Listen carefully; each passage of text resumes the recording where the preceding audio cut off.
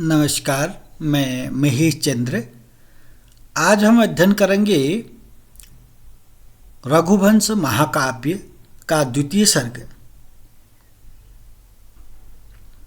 जिसमें हमने प्रथम 12 श्लोकों पर अध्ययन कर लिया है।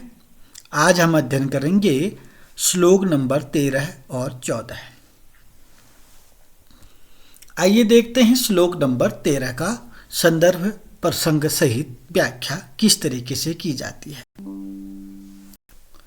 प्रक्तः तुषारे गिरिनिर्झराणम् अनोकाः कंपित पुष्पगंधी तम आतप क्लांतम् अनआतपत्रम् आचारपूतं पवनः शिशेवे। तो इसका भाव यह है, आपको बड़ा जटिल पढ़ने में लग रहा होगा, लेकिन जो सरल है, पवन और शिशेवे दो सभी आपको देखने को मिल रहे होंगे। इसका अर्थ भी आपको आता है। पवन माने हवा, शिशेवे माने सेवा की। वायु ने, पवन माने वायु ने, शिशेवे ने सेवा की। वायु ने किसकी सेवा की? राजा दिलीप की सेवा की।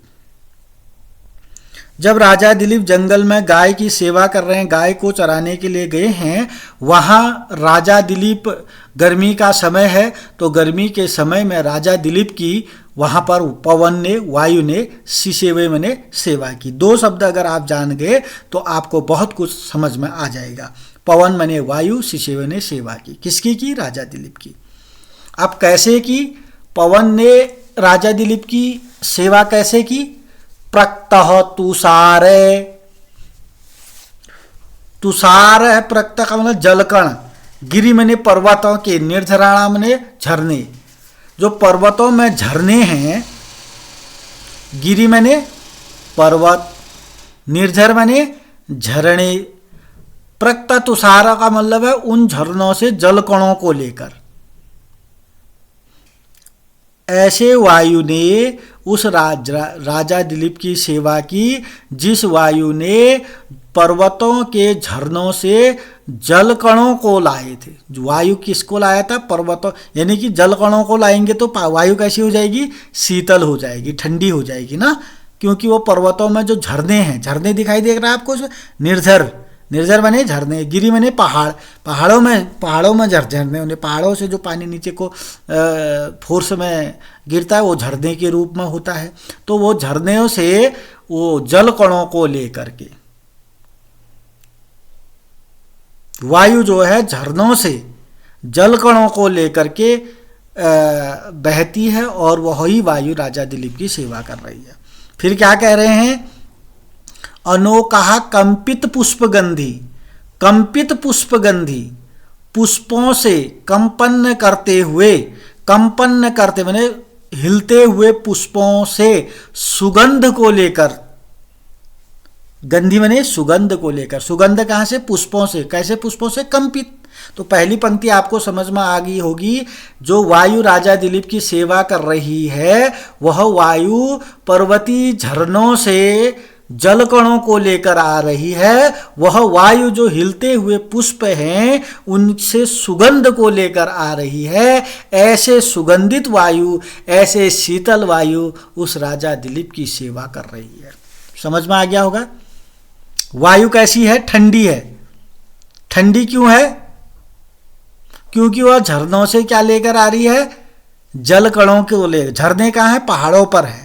गिरि माने पहाड़, पर्वतों में जो झरने हैं वहाँ से जल कणों को लेकर आई है, इसलिए शीतल वायु है। और सुगंधित वायु कैसी है? क्योंकि वह कंपित माने हिलते हुए फूलों की गंध को लेकर आ रही है, तो इसलिए सुगंधित वायु है। ऐसे शीतल और सुगंधित वायु जो है उस राजा दिलीप की सेवा कर रही है।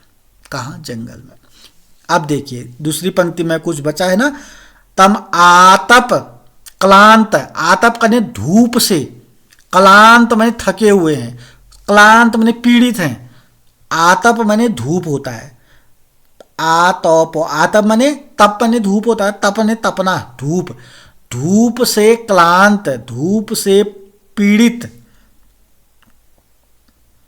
राजा दिलीप की सेवा वायु ने की, क्योंकि राजा दिलीप जो है आतप माने धूप से पीड़ित हैं। आतप क्लांत का मतलब है धूप से पीड़ित।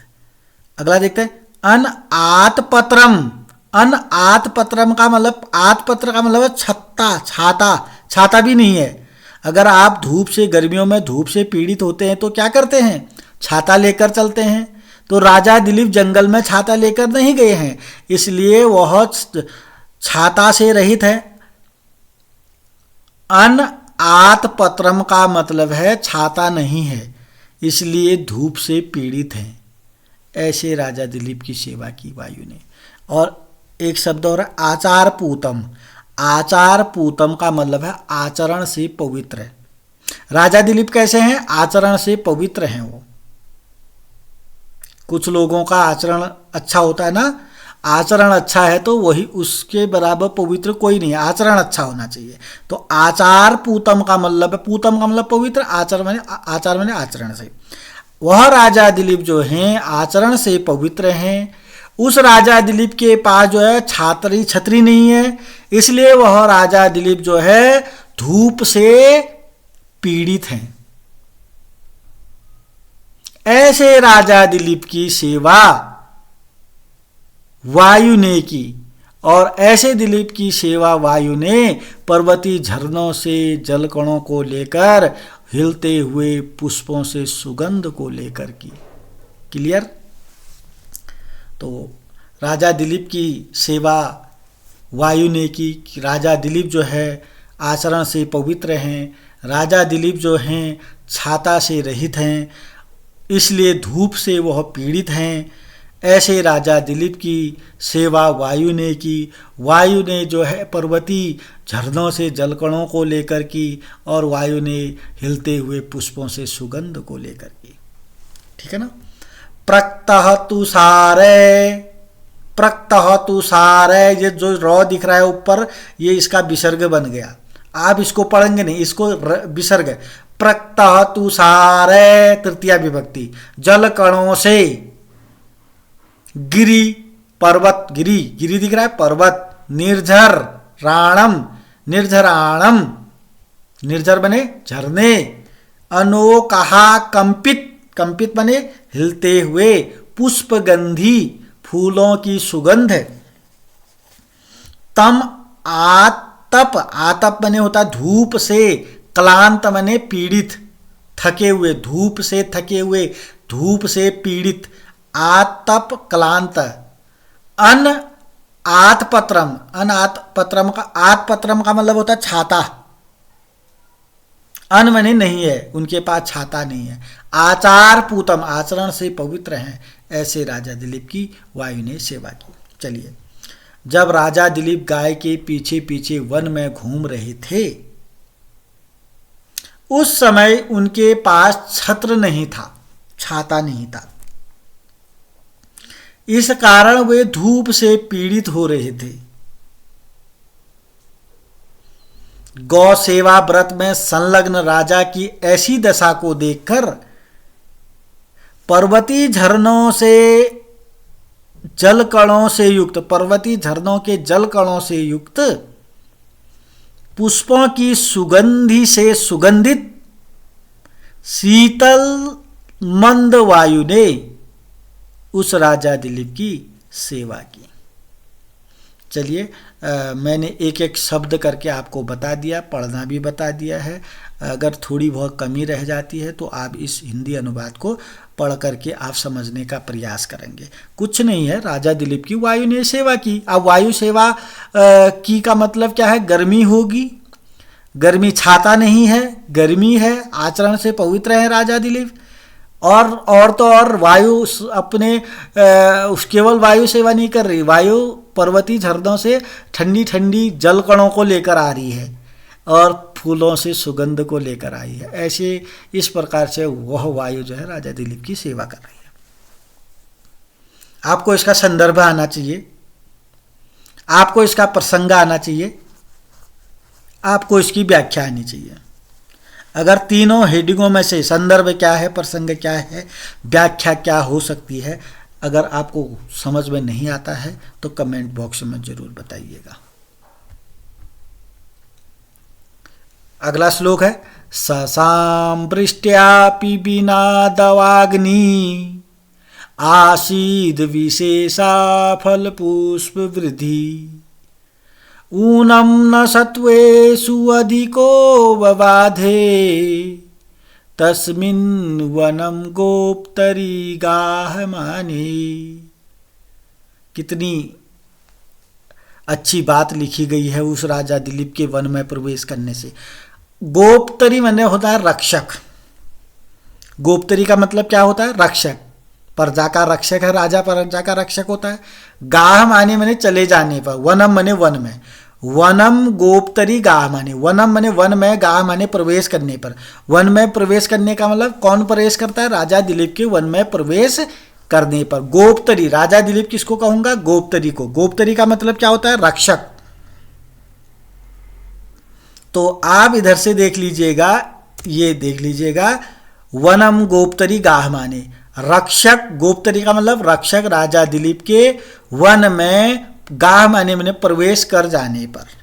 जब राजा दिलीप वन में प्रवेश करते हैं, वनम गोप्तरी गाह माने, वन में रक्षक राजा दिलीप के वन में प्रवेश करने पर। ससाम वृष्ट्यापि बिना दवाग्नि, दवाग्नि का मतलब होता है जंगल की अग्नि। दवाग्नि का मतलब क्या होता है? दावाग्नि। ससाम माने शांत हो गई। वृष्टि अपि का मतलब होता है वर्षा के बिना। वृष्टि आपी बिना का मतलब वर्षा। वृष्टि, वृष्टि तो दिख ही रहा है ना, वृष्ट्यापि, वृष्टि धन अपि, वृष्टि वर्षा के बिना, बिना ही। ससाम माने शांत होगी, दवाग्नि माने जंगल की अग्नि। आपने जंगल में आग लगते हुए तो देखा ही होगा। तो यहां पर कवि कालिदास जी कहते हैं जब राजा दिलीप, प्रजा के रक्षक राजा दिलीप जंगल में प्रवेश करते हैं, वन में प्रवेश करते हैं, उनके वन में प्रवेश करते ही बिना वर्षा के जंगल की अग्नि शांत हो गई। ससाम माने शांत हो गई। दवाग्नि माने जंगल की अग्नि, दावाग्नि। तो अग्नि 3 प्रकार की बताई गई है साहित्य में। अगर आप साहित्य का विशद अध्ययन कर चुके हैं, आपने 3 प्रकार की अग्नियों का नाम सुन लिया होगा। एक तो है दावाग्नि, ये जंगल की अग्नि है जो इसमें आया है। एक होती है जठराग्नि, पेट की अग्नि। उस पेट की अग्नि का बहुत ही ज़्यादा महत्वपूर्ण रोल होता है। अगर वो पेट की अग्नि नहीं होती तो जठराग्नि नहीं होती तो हमारा भोजन नहीं पचता। जैसे हम खाना खाते वैसे ही पेट में रहता हो। तो एक होती है पेट की अग्नि, जठराग्नि। पेट की अग्नि का नाम है जठराग्नि। और तीसरी अग्नि का नाम है बड़वा अग्नि। जब बड़वा से बाढ़ से मतलब है, बड़वा अग्नि। तो ये तो मैं आपको एक्स्ट्रा बता रहा हूं। वैसे यहां पर हमने क्या सीखना है? जंगल की अग्नि को क्या कहा गया है? दवाग्नि, यानी कि दावाग्नि। जंगल की अग्नि को क्या कहते हैं? दावाग्नि। पेट की अग्नि को क्या कहते हैं? जठराग्नि। समुद्र की आग को क्या कहते हैं? बड़वा अग्नि। चलिए, तो जब उस रक्षक, प्रजा के रक्षक राजा दिलीप के वन में प्रवेश करते ही वन की जो अग्नि है वह बिना वर्षा के ही शांत हो गई। दूसरी बात है, जब राजा दिलीप वन में चले गए उससे क्या हुआ? आसीत विशेषा फल पुष्प वृद्धि। विशेषा, विशेष रूप से फल और फूलों में वृद्धि होने लगी। अगर आप अच्छे से मीठे शब्दों से इसको पढ़ लोगे ना तो आप स्वयं इसका उत्तर अर्थ निकाल लेंगे। देखिएगा, आसीद विशेषा फल पुष्प वृद्धि। आसीद बने थी, विशेष बने विशेष रूप से, फल बने फल जानते हैं, पुष्प बने पुष्प, वृद्धि बने वृद्धि। जब राजा दिलीप वन में गए वहाँ वन में विशेष रूप से फल और पुष्पों में, फल और फूलों में वृद्धि होने लगी। ठीक है ना? अच्छे से आ गया होगा आपको। तीसरी बात भी बता देता हूँ, ऊनम न सत्वेषु अधिको बवाधे। यहाँ तक ऊनम का मतलब होता है कम, सत्वेषु का मतलब होता है शक्तिशाली, सत्वेषु का मतलब होता है प्राणी, ऊनम माने कम, अधिको माने अधिक, बबादे माने पीड़ित, न माने नहीं करते हैं। इसका मतलब क्या है, ऊनम मतलब जो कम शक्तिशाली लोग होते हैं, जो कम शक्तिशाली क्या प्राणी जंगल में, उनको अधिको माने अधिक शक्तिशाली प्राणी, न माने नहीं, बबादे माने पीड़ित करते हैं। जंगल में एक होता है ना अधिक शक्तिशाली, जंगल में कौन होता है, प्राणी बहुत होते हैं ना जंगल में, समझाने का प्रयास कर रहा हूं, समझ जाएंगे, समझिएगा। जंगल में अधिक बलशाली कौन होता है, शेर होता है। ऊनम माने कम शक्तिशाली कौन होता है, हिरन आदि होते हैं। और शेर जो अधिक बलशाली होता है वह हिरन आदि को तो खा जाएगा, पीड़ित करता है ना। तो जब राजा दिलीप वन में गए तो वन में जो अधिक बलशाली जो प्राणी थे, सत्वेषु माने प्राणी, अधिको माने अधिक बलशाली, यानी कि शेर आदि जो अधिक बलशाली प्राणी थे, ऊनम माने कम बलशाली, हिरन आदि कम बलशाली प्राणियों को न माने नहीं, बबादे माने पीड़ित करते थे। क्लियर हो गया होगा। जब राजा दिलीप वन में प्रवेश कर गए, प्रजा के रक्षक राजा दिलीप जब जंगल में प्रवेश कर गए, तब क्या हुआ, उस जंगल में जो अधिक शक्तिशाली प्राणी है, शेर है, वो अपने से कम शक्तिशाली जो हिरन आदि प्राणी जानवर होते हैं उनको परेशान नहीं करते हैं। आप समाज में भी होता है, अगर राजा अच्छा नहीं तो क्या होता है, समाज में भी शक्तिशाली लोग कमजोर लोगों को पीड़ित करते हैं। महत्वपूर्ण रोल होता है राजा का। फिर राजा अच्छा है तो ये नहीं चलेगा। फिर अगर राजा अच्छा है, सयाना अच्छा है, तो अधिक बलशाली लोग कमजोर व्यक्ति को पीड़ा नहीं दे सकते। तो राजा दिलीप के जंगल में प्रवेश करते ही जंगल में जो अधिक शक्तिशाली प्राणी थे, बाघ, शेर इत्यादि, वह अपने से कम शक्तिशाली प्राणियों को अब पीड़ित नहीं करते हैं। तो 4 चरणों में ये श्लोक लिखा गया है, 4 लाइनों में मैंने आपको इसका अर्थ बता दिया है। तस्मिन् वनम गोप्तरी गाह माने, उस वन में प्रजा के रक्षक राजा दिलीप के प्रवेश कर जाने पर वहां की अग्नि बिना वर्षा के ही शांत हो गई। वहां पर विशेष रूप से फल और पुष्पों की वृद्धि होने लगी। वहां पर जो अधिक शक्तिशाली प्राणी हैं वह कमजोर प्राणियों को पीड़ित नहीं करते हैं। आपको इसका संदर्भ आना चाहिए, आपको इसका प्रसंग आना चाहिए, आपको इसकी व्याख्या आनी चाहिए। संसार के रक्षक उस राजा दिलीप के वन में प्रवेश करते ही वर्षा के बिना ही वन की अग्नि शांत हो गई। फल और पुष्पों की वृद्धि अधिक हुई तथा वन के अधिक बलवान जीव, बाघ आदि अपने से निर्बल किसी मृग आदि को नहीं सताने लगा। एक राजा दिलीप के वन में प्रवेश करते ही इतना परिवर्तन हो गया। जंगल की अग्नि बिना वर्षा के शांत होगी। जंगल में विशेष रूप से, जंगल में कहाँ से फल और पुष्प, लेकिन विशेष रूप से फल और पुष्पों की वृद्धि होगी। और तो और जो जंगल में जो अधिक शक्तिशाली लोग थे, जंगल में अधिक शक्तिशाली जो जानवर थे, बाघ आदि, वह अपने से कमजोर जानवरों को पीड़ा भी नहीं देते हैं। ऐसा परिवर्तन हुआ। तो हमने इस श्लोक में आपको 3 प्रकार की अग्नि बताई। वह कौन कौन सी बताई आप कमेंट बॉक्स में लिखेंगे। अभी तक चैनल को सब्सक्राइब नहीं किया तो सब्सक्राइब करेंगे, कमेंट करेंगे, लाइक करेंगे और अपने दोस्तों के साथ शेयर करेंगे। नमस्कार, धन्यवाद।